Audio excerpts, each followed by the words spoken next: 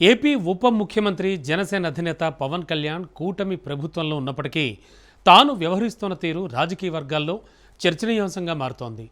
ఈ వీరమల్లు కేబినెట్ సమావేశాల్లో వీరముళ్ళుగా గుచ్చుకుంటున్నారని talk of the cabinet సమావేశాల్లో జరుగుతున్న పరిణామాలపై, కీలక నిర్ణయాలపై గబ్బర్ సింగ్ శైలిలో ఉప ముఖ్యమంత్రి వ్యవహరిస్తున్నారంటూ ఎన్నికల ముందు వైసీపీ గుండెల్లో ప్రకంపనలు సృష్టించిన పవన్ ఇప్పుడు అధికార పక్షంలో రాష్ట్ర ప్రజా ప్రయోజనాల కొరకు ప్రశ్నిస్తున్నారనే చర్చ మొదలైందట. మంత్రివర్గంలో భాగస్వామిగా ఉన్నప్పటికీ రాష్ట్ర ప్రయోజనాలకు విఘాతం కలిగే అంశాలపై ప్రతిసారి ఆయన ఒక ప్రశ్నించే సేనాని అవుతున్నారట. ప్రభుత్వంలోని లోపాలను, అన్యాయాలను ముక్కుసూటిగా కేబినెట్ దృష్టికి తీసుకెళ్తూ ముఖ్యమంత్రి చంద్రబాబు సహా ఇతర మంత్రులను కూడా పునరాలోచించేలా చేస్తున్నారని సమాచారం.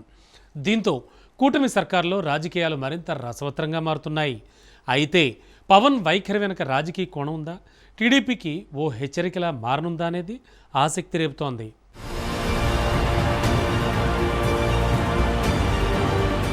ఉప ముఖ్యమంత్రి పవన్ కళ్యాణ్ తాజాగా లులు సంస్థకి భూ కేటాయింపులపై కేబినెట్లో ప్రస్తావించారు. పవన్తో పాటు ఆ పార్టీకి చెందిన మంత్రులు సైతం ఏదో ఒక అంశంపై అసహనాన్ని వ్యక్తం చేస్తున్నట్టు సమాచారం. ఒకరు సంస్థల భూ కేటాయింపులపై ప్రశ్నిస్తే మరొకరు అధికారుల పెత్తనంపై ప్రశ్నిస్తున్నారట. అంతేకాదు, నేరుగా పలు అంశాలపై పవన్ కళ్యాణ్ మాట్లాడకుండా తొలుత మంత్రి నాదెండ్ల మనోహర్ని అస్త్రంగా ప్రయోగిస్తున్నారట. పవన్ కళ్యాణ్ ప్రశ్నిస్తున్న సందర్భంలో ఆయా శాఖలకు చెందిన మంత్రులు సమాధానం చెబుతున్నారట. పవన్ కళ్యాణ్ ప్రతి శాఖ పనితీరు అలాగే లోటుపాట్ల గురించి గుర్తు చేస్తున్నారట. ముఖ్యమంత్రి చంద్రబాబు సైతం పవన్ కళ్యాణ్ ప్రశ్నలకి ఏకీభవిస్తూ పునరావృతం కాకుండా చూడాల్సిన బాధ్యత ఉందని గుర్తు చేస్తున్నారట. రాష్ట్రంలో జరుగుతున్న తాజా రాజకీయ పరిణామాలతో పాటు కేబినెట్ తీసుకుంటున్న నిర్ణయాలను డిప్యూటీ సీఎం పవన్ కళ్యాణ్ ప్రశ్నిస్తున్నారట.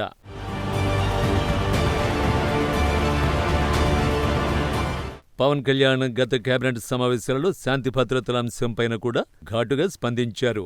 ఆ మధ్య వరుసగా జరిగిన కొన్ని అత్యాచార ఘటనలు, ముఖ్యంగా మహిళలపై జరుగుతున్న అఘాయిత్యాలపై ఆయన తీవ్ర అసంతృప్తి వ్యక్తం చేశారు. నేరాల విషయంలో పోలీసులు, అధికారులు కులం, మతం, రాజకీయాలంటూ చూసుకుని చర్యలు తీసుకోకుండా నిర్లక్ష్యం వహిస్తున్నారంటూ బహిరంగంగానే ఆగ్రహాన్ని వ్యక్తం చేశారు. అంతేకాకుండా నేను హోంమంత్రినైతే పరిస్థితులు వేరేలా ఉంటాయని పవన్ సీరియస్ అయిన పరిస్థితులు నెలకొన్నాయి. క్రిమినల్స్ కు యూపీలో యోగి ఆదిత్యనాథ్ చుక్కలు చూపించినట్లు తాను చేస్తానంటూ పవన్ కళ్యాణ్ సంచలన వ్యాఖ్యలు చేశారు. అంతేగాక హోంమంత్రి వంగలపూడి అనిత ఈ విషయంలో బాధ్యత వహించాలని సూటిగా చెప్పారు.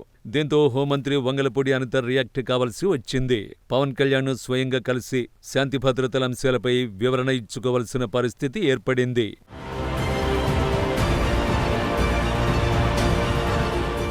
ఇక అమరావతిలో రెండో విడత ల్యాండ్ పూలింగ్ ద్వారా అదనంగా భూములు సేకరించాలన్న ప్రతిపాదనపై పవన్ కళ్యాణ్ గతంలో జరిగిన కేబినెట్ సమావేశంలో అభ్యంతరం తెలిపారని సమాచారం. అభిప్రాయాలు తీసుకోకుండా ముందుకు వెళ్లొద్దని ఆయన స్పష్టం చేయడంతో ఆ ప్రతిపాదనపై ప్రభుత్వం బ్రేక్ వేసిందట. వ్యవసాయ భూమిని వ్యవసాయేతర అవసరాలకు మార్చడానికి సంబంధించిన నాలా చట్ట సవరణ ప్రతిపాదనపైన పవన్ కళ్యాణ్ అభ్యంతరం తెలిపారట. వ్యవసాయ భూమి దుర్వినియోగమవుతుందని రైతులు ఇబ్బంది పడతారన్న ఉద్దేశంతో ఆయన ఈ ప్రతిపాదనను అడ్డుకున్నట్లు సమాచారం.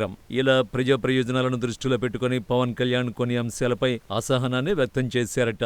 పవన్ కళ్యాణ్ సూచనల మేరకు కొన్ని సందర్భాలలో కేబినెట్లో తీసుకోవలసిన నిర్ణయాలను వాయిదా వేయాల్సిన పరిస్థితి వచ్చిందట.